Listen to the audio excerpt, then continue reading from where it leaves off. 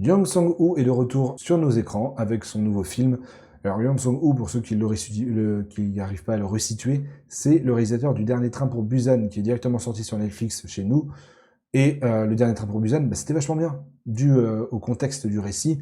Alors bon, c'est un virus inconnu qui se répand dans la Corée du Sud, mais nous, on suit le dernier train pour aller vers Busan. Donc le fait que ça se passe quasiment intégralement dans un train et que l'affection touche le train, c'est hyper intéressant comme procédé en termes d'environnement. C'est un semi-huis clos, c'est étouffant, la menace peut venir de partout, il n'y a pas d'issue de secours. Ça veut donner un petit coup de peps au film de zombies, un petit renouveau qui était pas déconnant, et le film était vachement bien. Tellement bien que Yang Song-woo a décidé d'en faire une suite avec Peninsula, qui était beaucoup moins bien, lui. Bon, je l'ai pas vu, je vais être honnête, je l'ai pas vu, mais j'en ai eu des retours, et apparemment, c'est très mauvais. Ça se passe 4 ans après le dernier train pour Busan, dans le récit, et c'est mauvais, c'est très mauvais apparemment. Bon, je l'ai pas vu, je peux pas donner mon avis, mais en vue les notes, je vois que oui, en effet, ça a l'air d'être pas dingue. Mais du coup, il revient avec son nouveau film qui s'appelle Colony. Je l'ai vu, Colony, et donc il faut qu'on en parle. Donc, Colony, qu'est-ce que c'est? Alors, c'est encore un film d'infecté, visiblement, il a l'air de beaucoup aimer ce jeu, cette thématique. Et donc là, c'est dans un gratte-ciel que ça se passe, au centre de Séoul. Il y a donc une mystérieuse contamination qui se propage dans l'immeuble. L'immeuble, lui, est bouclé et les personnes présentes à l'intérieur sont confinées. Au départ, les infectés rampent, mais petit à petit, on se rend compte qu'ils évoluent. Et ça rajoute un petit peu de difficulté.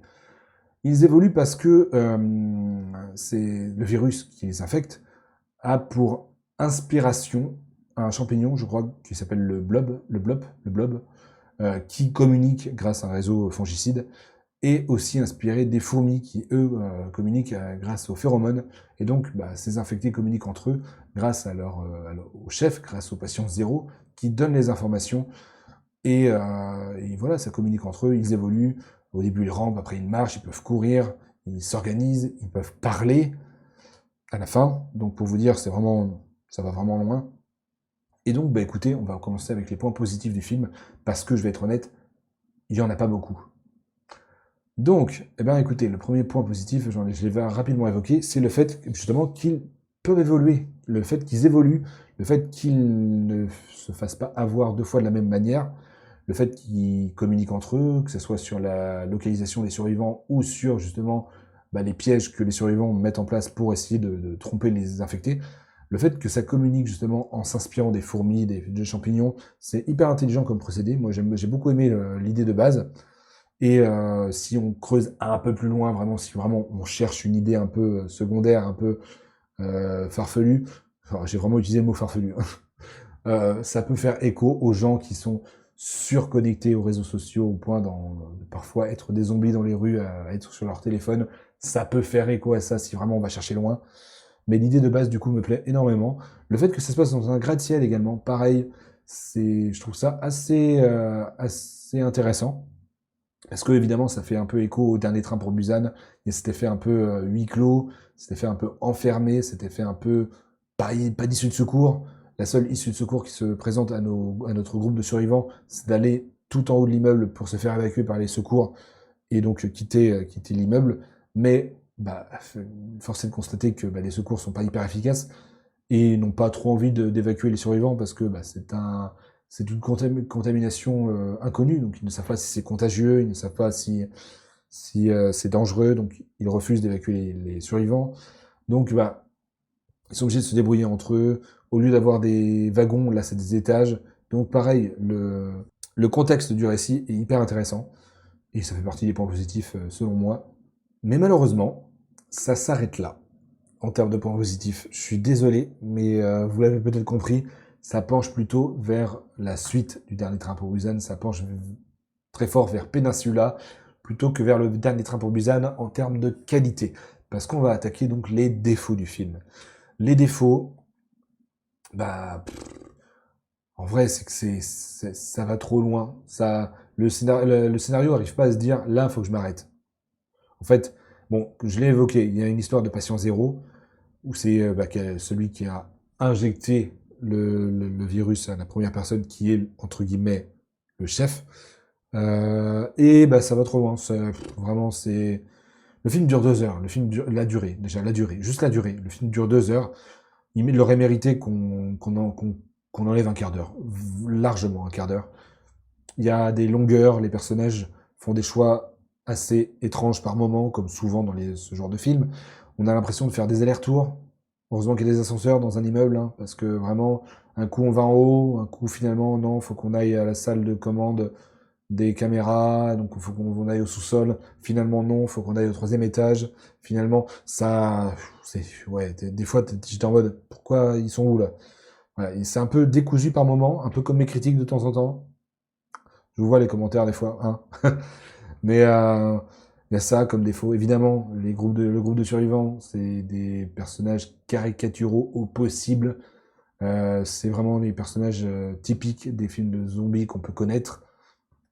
Il y a le flic un peu tête brûlée qui veut à tout prix empêcher. Il a une mission, c'est d'empêcher la contamination de se propager. Les survivants, c'est secondaire. On a l'homme d'affaires un peu hautain, lui au-dessus des autres, lui d'abord, les autres ensuite. Il sait mieux que tout le monde, il est plus intelligent que tout le monde.